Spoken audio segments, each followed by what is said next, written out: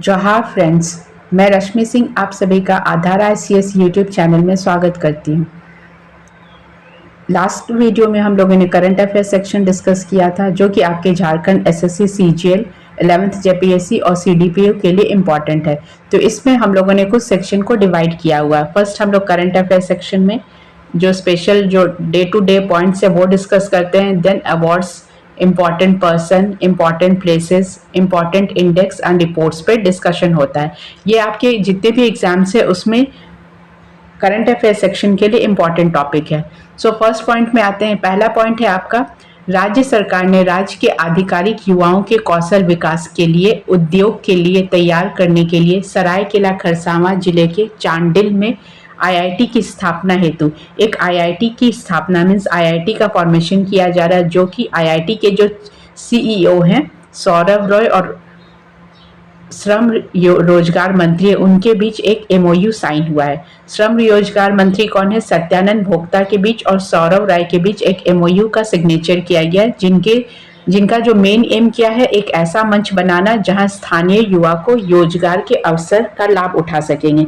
Means Jharkhand के जो local unemployed person है, मीन्स बेसिकली जो स्टूडेंट्स है, उनके लिए IIT का फॉर्मेशन कराया जा रहा है। Okay, coming to the next point.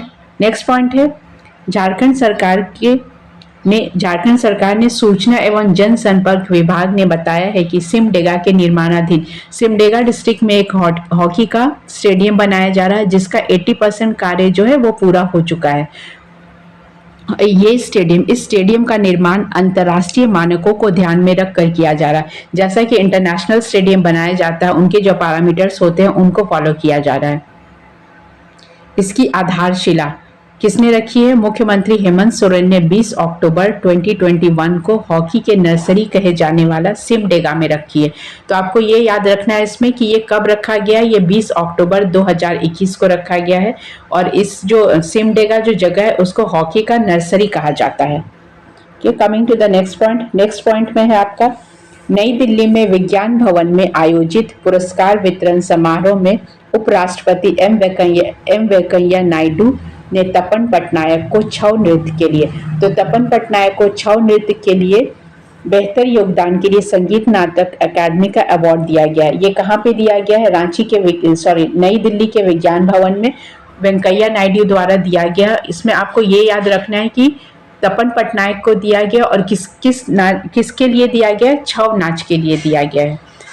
Jharkhand के सरायकेला खरसावां जिले के छऊ गुरु सह राजकीय छऊ कला केंद्र सरायकेला के निदेशक, मतलब ये डायरेक्टर है वहाँ के, तपन पटनायक, इनको नेशनल और इंटरनेशनल लेवल पर भी छऊ नृत्य पेश कर चुके हैं। ये जो है नेशनल लेवल और इंटरनेशनल लेवल दोनों में छऊ नृत्य पेश किए हैं, इसलिए इनको इनके योगदान के लिए इनके क्षेत्र में बेहतर योगदान के लिए इनको ये अवार्ड से सम्मानित किया गया है। तो आपको इनका नाम याद रखना है, जो नृत्य कला है छऊ नाच वो याद रखना है और किनके द्वारा इनको अवार्ड से सम्मानित किया गया है। नेक्स्ट पॉइंट में आते हैं। हजारीबाग स्थित विनोबा भावे विश्वविद्यालय द्वारा साइबर विद्यापीठ फाउंडेशन के साथ MOU का हस्ताक्षर किया गया है। इसमें भी एक MOU साइन किया गया है बिटवीन VVU और साइबर विद्यापीठ फाउंडेशन, विनोबा भावे यूनिवर्सिटी और साइबर विद्यापीठ फाउंडेशन के बीच। ये साइबर कोर्स लॉन्च करने वाला पूर्वी भारत का प्रथम विश्वविद्यालय बना है। ये ईस्ट इंडिया का फर्स्ट यूनिवर्सिटी ऐसा बनाया गया है जिसमें साइबर का प्रथम विश्वविद्यालय बनाया गया है। ये इस विद्यालय की कृत्रिम बुद्धिमत्ता और डेटा साइंस पर भी कोर्स लॉन्च करने की योजना बना रहा है। ये यूनिवर्सिटी में AI जो आर्टिफिशियल इंटेलिजेंस और डेटा साइंस इन दोनों के लिए भी कोर्स का इसमें लॉन्चिंग होगा। तो आपको ये याद रखना है कि कहाँ पे हुआ है ये, विनोबा भावे यूनिवर्सिटी और साइबर फाउंडेशन के बीच MOU का सिग्नेचर हुआ है। ये विनोबा भावे यूनिवर्सिटी का है, हजारीबाग में। तो ये तो बेसिक है, अगर आप झारखंड के लोकल है तो आपको ये सारा यूनिवर्सिटी, कौन सा यूनिवर्सिटी कहाँ पे है, ये आपको याद होगा। नेक्स्ट पॉइंट में आते हैं, ये है नीति आयोग से। नीति आयोग ने 11 अप्रैल 2022 को नीति आयोग के उपाध्यक्ष कौन है? डॉक्टर राजीव कुमार की अध्यक्षता में आयोजित कार्यक्रम में राज्य ऊर्जा और जलवायु सूचकांक राउंड फर्स्ट का शुभारंभ किया गया। तो इसमें आपको इम्पोर्टेंट फैक्ट्स क्या है कि ये कब हुआ था? 11 अप्रैल 2022 को हुआ था। इसके उपाध्यक्ष कौन है? अभी राजीव कुमार हैं। इनकी अध्यक्षता में आयोजित राज्य ऊर्जा मीन स्टेट लेवल एनर्जी और जलवायु सूचकांक जो एनवायरनमेंट है उसका राउंड 1 का शुभारंभ किया गया था। राज्य ऊर्जा और जलवायु सूचकांक के झारखंड की रैंक, इसमें झारखंड का रैंक क्या है, 18th रैंक है और स्कोर कितना है झारखंड का 35.2। यह सूचकांक 2019-20 के आंकड़ों के आधार पर नीति आयोग द्वारा तैयार किया गया। तो इसका बेस ईयर क्या है, इस इंडेक्स का बेस ईयर है 2019 एंड 20। इसमें आपको रैंकिंग याद रखना है झारखंड का। झारखंड का रैंक क्या है, 18th है और स्कोर है 35.2। तो ये जो फैक्ट्स है आपको ध्यान में रखना है। नेक्स्ट पॉइंट आते हैं, धनबाद नगर निगम के अधिकारियों ने बताया है कि तेलीपाड़ा में 2 करोड़ रुपए से सिद्धू कान्हू के नाम पर पार्क और खेल मैदान का निर्माण करने के साथ ही उनकी प्रतिमा भी लगाई जाएगी। तो इसमें इम्पॉर्टेंट ये है कि तेलीपाड़ा में, धनबाद के तेलीपाड़ा में ये किया जाएगा, सिद्धू कान्हू का स्टैचू लगाया जाएगा और ये उनके नाम पे पार्क और खेल मैदान का निर्माण करने के साथ उनकी प्रतिमा भी लगाई जाएगी। तो आपको डिस्ट्रिक्ट का नाम याद रखना है और जगह का नाम याद रखना है। डिस्ट्रिक्ट का नाम है धनबाद और जगह का नाम क्या है, तेलीपाड़ा। तो इसमें कितने का खर्च किया जाएगा, 2 करोड़ रुपए से सिद्धू कान्हू के नाम का पार्क बनेगा और वहां पे उनकी प्रतिमा भी लगाई जाएगी।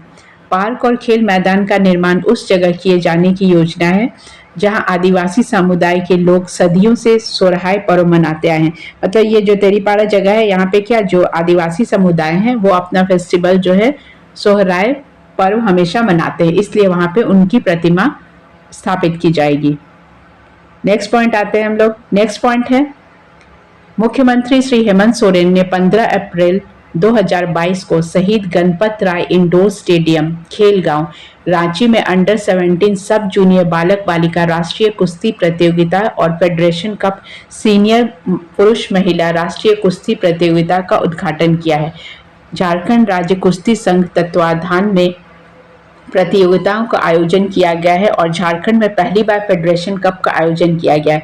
इसमें आपको इम्पॉर्टेंट पॉइंट्स ये है कि ये इंडोर स्टेडियम कहाँ पे है, रांची में है। स्टेडियम का नाम क्या है, गणपत राय इंडोर स्टेडियम। आपसे क्वेश्चन ऐसा भी पूछा जा सकता है कि स्टेडियम का नाम दे दिया जाएगा कि ये किस खेल के लिए प्रसिद्ध है, ये या कहाँ पे ये है। तो ये गणपत राय इंडोर स्टेडियम कहाँ पे है, खेल रांची में है और यहाँ पे क्या हो रहा है, कुश्ती प्रतियोगिता आयोजित की जा रही है अंडर 17। इसमें सीनियर जूनियर महिला दोनों वर्ग को लिया गया है। झारखंड राज्य कुश्ती संघ में प्रतियोगिताओं का आयोजन किया गया है और झारखंड में पहली बार क्या हो रहा है, फेडरेशन कप का ऑर्गेनाइजेशन किया जा रहा है। नेक्स्ट पॉइंट पे आते हैं, 8 अप्रैल 2022 में रांची में 9वीं राष्ट्रीय रेस वॉक चैंपियनशिप संपन्न हुई।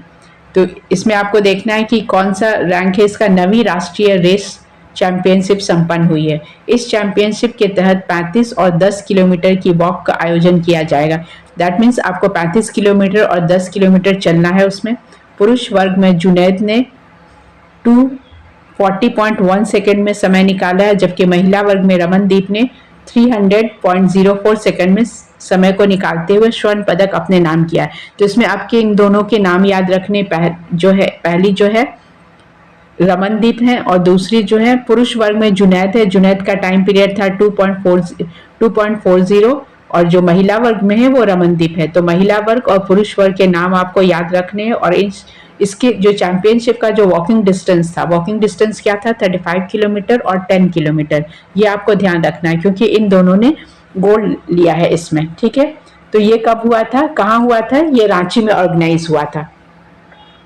नेक्स्ट पॉइंट में आते हैं, देवघर के त्रिकूट पर्वत पर देवघर के त्रिकूट पर्वत पे 10 अप्रैल को रोपवे में दुर्घटना में 48 लोग फंस गए थे। तो ये कल भी आपने डिस्कस किया था त्रिकूट पर्वत के बारे में, जो कहाँ पे है, देवघर में है। इसमें रोपवे की दुर्घटना में कितने लोग फंस गए हैं, 48 लोग, जिन्हें लगभग 50 घंटे के ऑपरेशन के बाद बचाया गया था। ऑलमोस्ट 50 आवर्स के बाद इन लोगों को हम लोग बचा पाए थे। हालांकि इसमें 3 लोगों की मृत्यु हो गई थी। त्रिकूट पर्वत रोपवे हादसे की जांच के लिए, इस हादसे की जांच के लिए झारखंड गवर्नमेंट ने वित्त विभाग के प्रधान सचिव अजय कुमार सिंह को अध्यक्षता में एक कमेटी का निर्माण किया गया। मतलब इसकी जांच के लिए, इन्वेस्टिगेशन के लिए एक कमेटी बनाया गया है जो कि अजय कुमार सिंह इसकी अध्यक्षता करेंगे। तो आपको बेसिक इसमें क्या याद करना है कि किस किस पर्वत के रोपवे पे हुआ है। तो ये त्रिकुट पर्वत के रोपवे पे ये एक्सीडेंट हुआ है जो कि देवघर में है। नेक्स्ट पॉइंट में आते हैं। नेक्स्ट पॉइंट है डीपीएस चास बोकारो की 8वीं कक्षा के छात्र अथर्व अक्षत ने 20 अप्रैल 2022 को प्रकाशित हुए अंतर्राष्ट्रीय सामाजिक अध्ययन ओलंपियाड 2021-22 में पदक हासिल किया है। तो इसमें आपको सबसे पहले याद करना है कि ये स्कूल का है चास बोकारो में, और स्टूडेंट कौन है? अथर्व अक्षत। स्टूडेंट का नाम है अथर्व अक्षत जो कि बोकारो के 8वीं क्लास का छात्र है। ये इसने अंतर्राष्ट्रीय सामाजिक अध्ययन ओलंपियाड में पदक हासिल किया है। अंतर्राष्ट्रीय सामाजिक अध्ययन ओलंपियाड में परीक्षा नई दिल्ली स्थित साइंस ओलंपियाड फाउंडेशन द्वारा ऑनलाइन मोड में आयोजित की गई थी। ये एग्जाम का फॉर्मेट क्या था? ऑनलाइन लिया गया था, और इसमें अथर्व अक्षत ने मेडल जीता है, जो कि किस स्कूल को ये बिलोंग करता है? DPS Chas Bokaro. Next point में हम लोग आते हैं। नेक्स्ट जो फेमस पर्सनालिटीज पे है, तो इसमें आपके कुछ फेमस पर्सनालिटीज दिए, डेली आप देख रहे होंगे कि आपको कुछ सिलेक्टेड टॉपिक दिए जा रहे हैं। वो ऐसा इसलिए ये फॉर्मेट बनाया गया है क्योंकि आप करंट को बार बार रिवीजन कर सके, जो कि आपका मोनोटोनस भी ना लगे। तो फेमस पर्सन्स में आते हैं। पहले फेमस पर्सन है शिबू सोरेन। झारखंड मुक्ति मोर्चा के 12वें अधिवेशन में अध्यक्ष शिबू सोरेन ने 10वीं बार अध्यक्ष चुने गए। हेमंत सोरेन को कार्यकारी अध्यक्ष चुना गया है। तो शिबू सोरेन को कितनी बार चुना गया है प्रेसिडेंट इसका? 10वीं बार, 10 टाइम्स। और ये अधिवेशन का क्या नंबर था? 12वें अधिवेशन में 10 टाइम्स, 10वीं बार इनको अध्यक्ष बनाया गया है। हेमंत सोरेन क्या है? इनके कार्यकारी अध्यक्ष हैं। नेक्स्ट फेमस पर्सनालिटी में आते हैं हम लोग। Justice R Mukhopadhyay. इन्हें Jharkhand control of crime act के चेयरमैन नियुक्त किया गया है। ये क्राइम एक्ट के चेयरमैन बनाए गए हैं, तो इनको आपका नाम याद रखना है, Justin R Mukhopadhyay. Next famous personality है अजीता भट्टाचार्य, अनीमा हांसदा और जमाल अहमद। इलाहाबाद के लाला लक्ष्मी नारायण डिग्री कॉलेज के एसोसिएट प्रोफेसर अजीता भट्टाचार्य, रांची के गोस्नर कॉलेज की सहायक प्रोफेसर डॉक्टर अनीमा हांसदा एवं हजारीबाग के संत कोलंबा महाविद्यालय के उर्दू विभाग के अध्यक्ष डॉक्टर जमाल अहमद को झारखंड की लोक सेवा के सदस्य नियुक्त किया गया। ये इंपॉर्टेंट है क्योंकि इन लोगों को क्या बनाया गया है? जेपीएससी के सदस्य बनाए गए हैं। तो फर्स्ट आपके कौन थे? Degree Lala Lakshmi Narayan degree college associate professor Ajita Bhattacharya. नाम आपको ध्यान रखना है, अजीता भट्टाचार्य, अनीमा हंसदा और जमाल अहमद। इन सबको क्या बनाया गया है? जेपीएससी के मेंबर्स बनाए गए हैं। नेक्स्ट पॉइंट आते हैं हम लोग। नेक्स्ट पर्सन है हिमांशु शेखर चौधरी। इन्हें झारखंड राज्य खाद्य आयोग का अध्यक्ष नियुक्त किया गया। ये जो फूड कॉरपोरेशन है इनको चेयरमैन बनाया गया। नाम क्या है इनका? Himanshu Shekhar Chaudhary. Next famous personality है पीयूष भट्ट। इन्हें झारखंड राज्य ग्रामीण बैंक का अध्यक्ष नियुक्त किया गया है। जो स्टेट का जो ग्रामीण बैंक है उसका प्रेसिडेंट इनको बनाया गया है, पीयूष भट्ट को। नेक्स्ट फेमस पर्सनालिटी प्रोफेसर क्षितिज भूषण दास। इन्हें झारखंड राज्य के केंद्रीय विश्वविद्यालय के कुलपति नियुक्त किए गए हैं। ये जो इनको कुलपति बनाया गया है झारखंड राज्य के केंद्रीय विश्वविद्यालय के। नाम क्या है इनका? क्षितिज भूषण दास। नेक्स्ट फेमस पर्सनालिटी है डॉक्टर रमेश चंद्र पांडे। रांची विश्वविद्यालय के पूर्व कुलपति डॉक्टर रमेश चंद्र पांडे को उषा मार्टिन विश्वविद्यालय का कुलपति नियुक्त किया गया है। तो इसमें जितने भी ज़्यादातर कुलपति का डिस्कशन हो रहा है, ये रांची विश्वविद्यालय के पूर्व कुलपति थे डॉक्टर रमेश चंद्र पांडे। इनको उषा मार्टिन विश्वविद्यालय का कुलपति नियुक्त किया गया है। नेक्स्ट पर्सनालिटी है दुर्गा उरांव। भारतीय पुलिस सेवा से सेना निवृत्त अधिकारी दुर्गा उरांव को झारखंड आंदोलनकारी आयोग का चेयरमैन नियुक्त किया गया है। तो इनको ये क्या है? आईपीएस से सेनानिवृत्त हो चुकी है। इनको झारखंड आंदोलनकारी योजना जो था उनके अंडर इनको चेयरमैन बनाया गया है। नेक्स्ट फेमस पर्सनालिटी है आपके सुबोध कुमार जायसवाल। ये सिंदरी धनबाद निवासी सुबोध कुमार जायसवाल जो है सीबीआई के निदेशक नियुक्त किए गए हैं। ये महाराष्ट्र कैडर के आईपीएस अधिकारी हैं। तो आपको जगह का नाम याद रखना है, डिस्ट्रिक्ट का नाम याद रखना है और इनका क्या पोर्टफोलियो चेंज किया गया। तो ये सिंदरी धनबाद निवासी हैं और इनको सीबीआई के निदेशक नियुक्त किए गए हैं। नेक्स्ट आते हैं विनय कुमार चौबे। भारतीय प्रशासनिक सेवा के अधिकारी विनय कुमार चौबे को मुख्यमंत्री का सचिव नियुक्त किया गया है। यह भी इंपॉर्टेंट है क्योंकि इनको मुख्यमंत्री का सचिव नियुक्त किया गया है। तो इनका नाम क्या है? विनय कुमार चौबे। अब आते हैं हम लोग अवार्ड सेक्शन में। इसमें जितने भी अवार्ड है वो आपको एक बार ध्यान से पढ़ लेना है, क्योंकि अगर आप ध्यान से एक एक अवार्ड सेक्शन को नहीं देखते हैं तो आप नेगेटिव मार्किंग में आपका आंसर रॉन्ग हो सकता है और आपका मार्क्स जो है 1 मार्क्स डिडक्ट हो सकता है। तो 1 मार्क्स डिडक्शन को बचाने के लिए आपको करंट अफेयर सेक्शन को एटलीस्ट 2 to 3 टाइम्स रिवीजन करना कंपलसरी होता है। पहला अवार्ड है गुरु ब्रह्मा अवार्ड। 10 जून 2022 को उड़ीसा के जगन्नाथपुरी में आयोजित एक कार्यक्रम में झारखंड राज्य के सरायकेला छऊ नृत्य शैली का मुखौटा तैयार करने वाले वरीय गुरु सुशांत महापात्र को गुरु ब्रह्मा अवार्ड दिया गया है। तो आपको पहले इनका नाम याद रखना है, ये कौन है? सुशांत महापात्र। इनको गुरु ब्रह्मा अवार्ड से सम्मानित किया गया है, जो कि छऊ नृत्य शैली का मुखौटा बनाते हैं। तो ये छऊ नाच का मुखौटा बनाते हैं और इनको ये कहाँ के हैं? झारखंड राज्य के सरायकेला के हैं। ओडिशा से कल्चर डेवलपमेंट फाउंडेशन की ओर से आयोजित इंटरनेशनल मेगा डांस फेस्टिवल अप्सरा 22 में हाईटेक ग्रुप के चेयरमैन डॉक्टर तिरुपति पाणिग्राही ने अंग वस्त्र एवं प्रशस्ति पत्र देकर महापात्र को सम्मानित किया है। तो आपको ये ध्यान रखना है कि ये किसके लिए इनको सम्मानित किया गया है। ये छऊ नाच का जो नृत्य शैली है उसका मुखौटा बनाते हैं और इनको उड़ीसा के जगन्नाथपुरी में आयोजित एक कार्यक्रम में ये अवार्ड्स से सम्मानित किया गया है। ठीक है। नेक्स्ट अवार्ड है Mrs international queen Dubai 2022। Ranchi की रहने वाली सौम्या सिन्हा ने मिसेस इंटरनेशनल क्वीन दुबई 2022 का खिताब जीत लिया है। यह भी इंपॉर्टेंट है, ये कहाँ की रहने वाली है? मिसेस इंटरनेशनल रांची की रहने वाली है और ये जो पेजेंट हुआ था कहाँ पे ऑर्गेनाइज हुआ था? दुबई में हुआ था। पत्रकार एसएन सहाय की बेटी सौम्या ने शुरुआत में दुबई में मार्केटिंग मैनेजर के रूप में काम किया, जहां वो अपने पति शरद सिन्हा और 2 बच्चों के साथ रहती हैं। तो इनका नाम आपको याद रखना है। मिसेस इंटरनेशनल कौन है? सौम्या सिन्हा है। नेक्स्ट अवार्ड है सर्वश्रेष्ठ लेखक पुरस्कार अवार्ड। जमशेदपुर के लेखक अंशुमन भगत को मन ओ मौसमी ने वर्ष 2022 के लिए सर्वश्रेष्ठ लेखक के पुरस्कार से नवाजा गया है। इन्हें यह पुरस्कार उनकी किताब सफ़र में के लिए दिया गया है। यह किताब बॉलीवुड इंडस्ट्री के पर्दे के पीछे की कहानियां और कलाकारों के संघर्ष से जुड़ी कहानियों पर आधारित है। तो आपको इनकी बुक का नाम याद रखना है और अवार्ड भी ध्यान में रखना है, क्योंकि ये क्वेश्चन आपको बुक्स एंड ऑथर्स में भी रिपीट किया जा सकता है। तो ये कहाँ के हैं? जमशेदपुर के लेखक है अंशुमन भगत। इनको मनो मौसमी ने वर्ष 2022 के लिए सर्वश्रेष्ठ लेखक पुरस्कार से नवाजा है। यह पुरस्कार उनको किसके लिए दिया गया है? बॉलीवुड इंडस्ट्री के पर्दे के पीछे की जो कहानी होती है, जो बैकग्राउंड होता है, उससे जो रिलेटेड उनका लाइफस्टाइल है, उन लोगों ने कितने स्ट्रगल किया है अपने लाइफ में, उस बेसिस पे ये बुक लिखा गया है। नेक्स्ट अवार्ड है आपका तृतीय नेशनल वाटर अवार्ड। ये 3rd नेशनल वाटर अवार्ड है। हाल ही में जल शक्ति मंत्रालय द्वारा घोषित गए 3rd नेशनल वाटर अवार्ड में बेस्ट विलेज, ये आपने कल भी रिवीजन किया था ये पॉइंट को। बेस्ट विलेज पंचायत कैटेगरी जो थे वो गुनी विलेज को दिया गया था, गुनी गांव।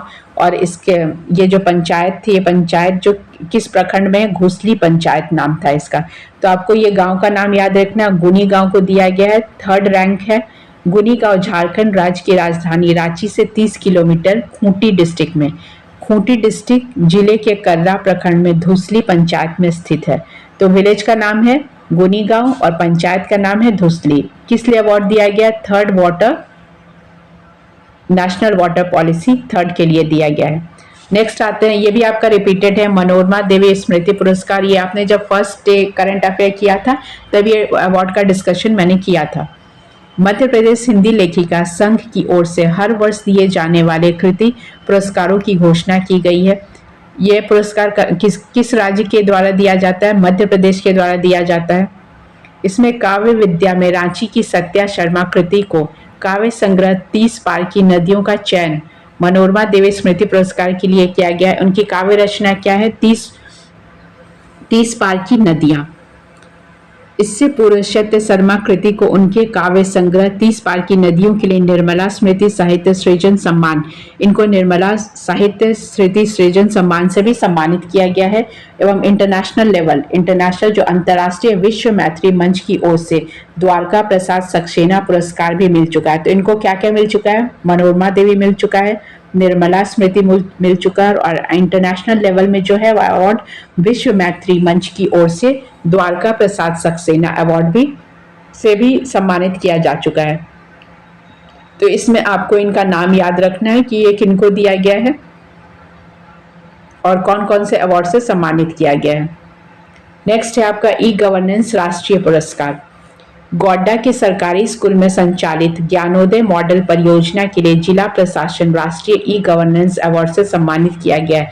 यह अवार्ड हैदराबाद में आयोजित 24वें में राष्ट्रीय ई गवर्नेंस सम्मेलन में के दौरान दिया गया। इसके मुख्य अतिथि केंद्रीय विज्ञान एवं प्रौद्योगिकी मंत्री डॉक्टर जितेंद्र सिंह व तेलंगाना के शहरी विकास मंत्री किटी रामाराव को अवार्ड दिया गया है। आपको ये ध्यान रखना है कि ये कहाँ के स्कूल का है? गोड्डा के सरकारी स्कूल में संचालित ज्ञानोदय मॉडल परियोजना। ये पॉइंट भी कल आप डिस्कस कर चुके थे। तो ये कहाँ किस डिस्ट्रिक्ट को बिलोंग करता है? ये गोड्डा डिस्ट्रिक्ट है।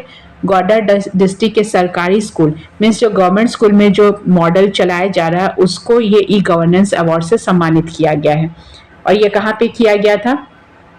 मुख्य अतिथि केंद्रीय विज्ञान एवं प्रौद्योगिकी मंत्री जितेंद्र सिंह और तेलंगाना के शहरी विकास मंत्री किटी रामदेव ने ये अवार्ड दिया था। तो तेलंगाना के मंत्री और जितेंद्र सिंह ने दोनों ने मिलकर ये अवार्ड दिया था।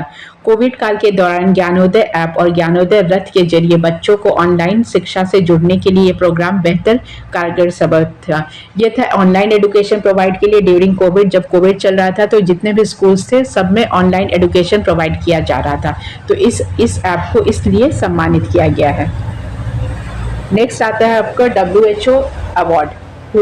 29 मई 2022 को झारखंड के राष्ट्रीय तंबाकू नियंत्रण कार्यक्रम के नोडल अधिकारी ललित रंजन पाठक ने बताया कि झारखंड को तंबाकू की खपत नियंत्रित करने के प्रयासों के लिए WHO ने विश्व तंबाकू निषेध दिवस पुरस्कार चुना गया। इसमें आपको ये याद रखना है कि नो टोबैको डे किस दिन हम लोग सेलिब्रेट करते हैं? 31 मई को होता है।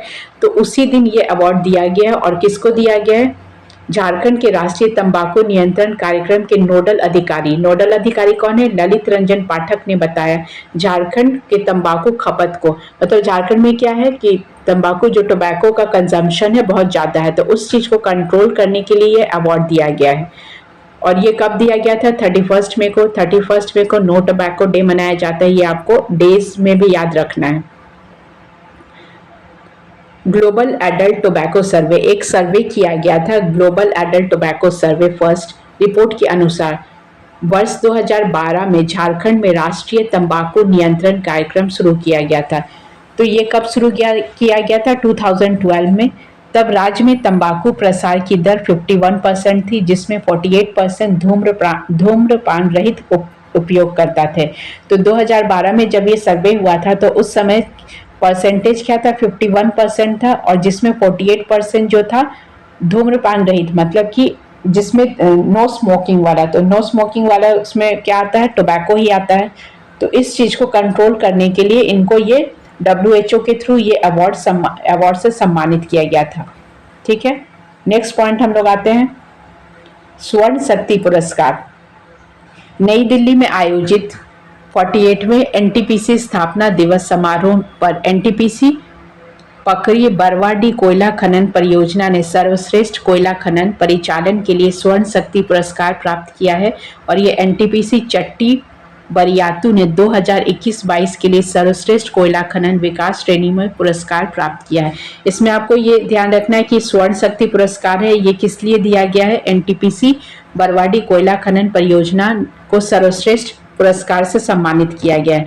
ये क्या है? स्वर्ण शक्ति पुरस्कार है। और ये NTPC चट्टी बरियातू को सर्वश्रेष्ठ प्रदर्शन के लिए अवार्ड से सम्मानित किया गया। नेक्स्ट हम लोग आते हैं महत्वपूर्ण मोबाइल पोर्टल। ये ऊपर वाला जो सेक्शन था ये अवार्ड सेक्शन था। नेक्स्ट है कौन कौन सा मोबाइल ऐप और पोर्टल स्टार्ट किया गया है लास्ट ईयर मीन्स 2022-23 के बीच कितने सारे पोर्टल चलाए गए हैं, वो आपको ध्यान में रखना है। और ऐसे क्वेश्चन, बहुत सारे क्वेश्चंस रिपीटेड भी होते हैं, जैसे आपने जेएसएससी में ये क्वेश्चन दिया तो मे भी आपका जेपीएससी में भी ये क्वेश्चन रिपीट हो सकता है। तो इसलिए जितना हो सके करंट सेक्शन को बार बार रिविजन करिए आप लोग।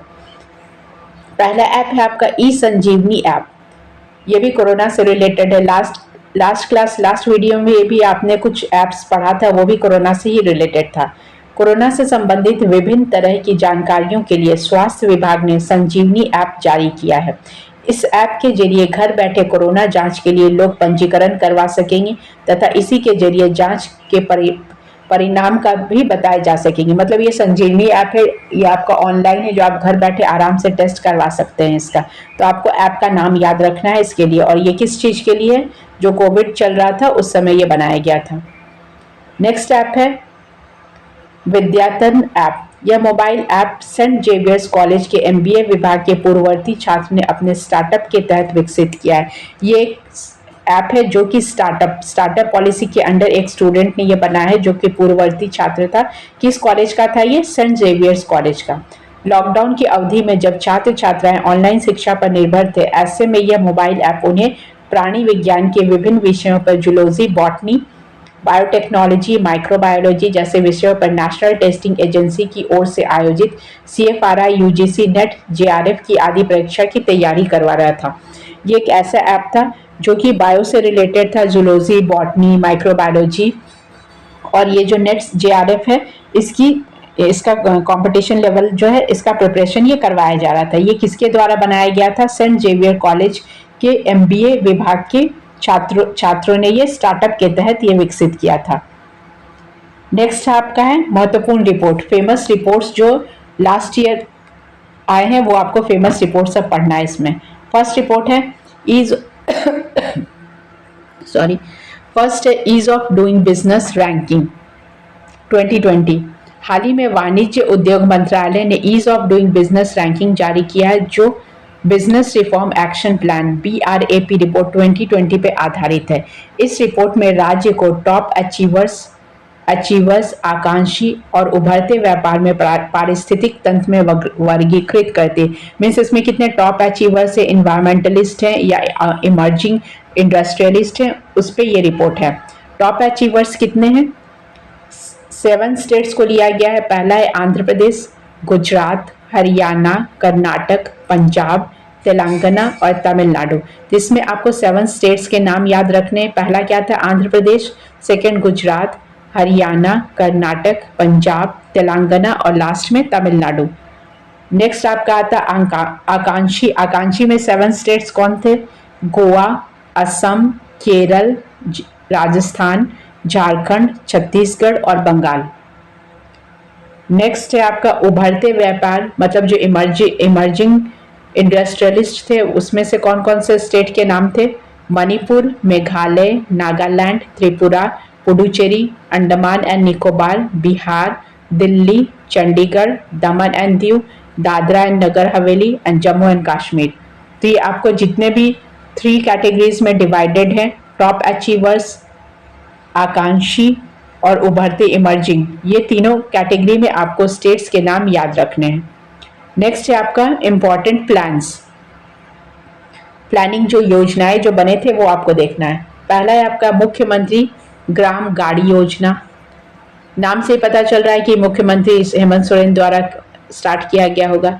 राज्य मंत्री परिषद ने मुख्यमंत्री ग्राम गाड़ी योजना 2022 के परिवहन विभाग के प्रस्ताव पर अपनी स्वीकृति दे दी है। इस योजना के लिए ब्याज सब्सिडी के लिए 20 करोड़ का प्रावधान किया गया है। तो इसके लिए कितने करोड़ का प्रावधान किया गया है? 20 करोड़ का किया गया है। इस योजना का उद्देश्य युवाओं को ग्रामीण सड़कों पर वाहन चलाने के लिए प्रोत्साहन करना और उन्हें स्वरोजगार से जोड़ना। तो इस योजना का उद्देश्य क्या था? उसमें मीन्स आत्मनिर्भर बनाना और उनको जो ग्रामीण सड़कों पर वाहन कैसे चलाते हैं उसका प्रशिक्षण देना था। इस योजना का लाभ अनुसूचित जाति, अत्यंत पिछड़ा वर्ग तथा अल्पसंख्यक वर्ग के युवाओं को मिलेगा। इस योजना का लाभ किसको दिया जा रहा है? SC, ST, OBC अल्पसंख्यक युवा जो हैं उनको दिया जाएगा। इसके तहत ग्रामीण क्षेत्रों में संचालन हेतु वाहन खरीदने पर 5 लाख 5 साल तक ब्याज पर सब्सिडी देगी। इसमें जो अगर आप ग्रामीण क्षेत्र के हैं और आप कोई व्हीकल खरीदते हैं तो आपको उसमें 5 साल तक का सब्सिडी दिया जाएगा। ये गवर्नमेंट की तरफ से गाड़ी योजना बनाया गया है।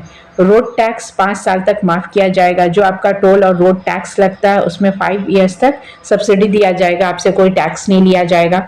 निलंबन शुल्क महज एक रुपया देना होगा, और अगर आपका जो लेट होता है, लेट फाइन आपको कितना देना होगा, ओनली 1 रुपीज़। ब्याज सब्सिडी के लिए 20 करोड़ का प्रावधान किया गया है। इसके तहत 7 सीट से लेकर 40 सीट तक के वाहन चलाए जा सकेंगे। मीन्स सीटिंग कैपेसिटी इसमें 7 to 40 होगा। ग्रामीण सड़कों पे 500 वाहन चलाने का अनुमान लगाया जा सकता है। तो इस पॉलिसी से, इस योजना से क्या फ़ायदा है कि एटलीस्ट 500 व्हीकल्स चलाया जा सकता है। नेक्स्ट योजना है आपका झारखंड पेट्रोल सब्सिडी योजना। इसमें इस योजना के नाम से क्या पता चल रहा है कि पेट्रोल में जो सब्सिडी दिया जाता है उसके बारे में है।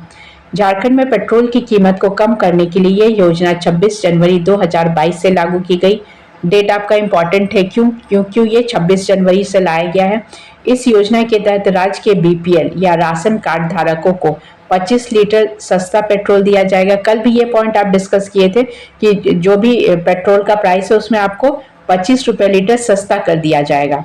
इस योजना के अंतर्गत एक गरीब परिवार को प्रति माह 10 लीटर पेट्रोल सब्सिडी दी जाएगी। मतलब आप बीपीएल फैमिली से बिलोंग करते हैं तो आपको 10 लीटर का पेट्रोल पे सब्सिडी दिया जाएगा। तो इसके लिए आपके पास एटलीस्ट बाइक या गाड़ी तो होना ही चाहिए, तभी तो आपको 10 लीटर पेट्रोल दिया जाएगा। सरकार द्वारा पेट्रोल सब्सिडी लाभार्थियों के बैंक खाते में, और आपका जो बैंक खाता है और जो ये सब्सिडी ले रहे हैं उसको 250 रुपया हर मंथ ट्रांसफ़र किया जाएगा। इस योजना का लाभ लाभार्थियों तक पहुंचाने के लिए सीएम सपोर्ट ऐप लॉन्च किया गया है। तो इसके लिए एक ऐप भी आया है, जो ऐप है सीएम सपोर्ट ऐप। नेक्स्ट हम लोग आते हैं महत्वपूर्ण पॉलिसी पे। राज्य सरकार ने कौन कौन सी महत्वपूर्ण पॉलिसी बनाई है उसके लिए। पहला पॉलिसी है Jharkhand industrial investment and promotion policy 2021। वर्ष 2016 की आईटी पॉलिसी 31 मार्च 2021 को समाप्त हो गई थी। ये जो आईटी पॉलिसी आया था 2016 का, वो 2021 में ओवर हो गया था। अगेन इसको 1 अप्रैल 2020 को रिन्यू किया गया, 21 को। झारखंड नई आईटी पॉलिसी मीन्स औद्योगिक नीति सरकार द्वारा लागू की गई। इसमें राज्य सरकार ने इस ईज ऑफ डूइंग बिजनेस की जगह पर, जो ईज ऑफ डूइंग बिजनेस था उसको चेंज करके ईज ऑफ स्टार्ट बिजनेस पर फोकस किया गया है। तो उसका नाम चेंज कर दिया गया, ईज ऑफ स्टार्ट बिजनेस कर दिया गया। राज्य सरकार को उद्योग लगाने में बाधक बन रहे 90 प्रावधानों को 31 मार्च से पहले समाप्त करने का निर्णय लिया। जो भी कुछ पहले के जो फॉर्मेलिटीज थे वो क्या कर रहे थे, ऑब्स्टेकल बन रहे थे, तो उनमें से 90 पॉलिसी को हटा दिया गया। वे ऐसे प्रावधान हैं जो बहुत आवश्यक नहीं है, पर एक एक्ट में प्रावधान करने की वजह से उद्योग लगाने में परेशानी आ रही है, तो वैसे लोगों को हटा दिया गया था। वैसा जो भी फॉर्मेलिटीज था उसको नई आईटी पॉलिसी जो था उससे हटा दिया गया था।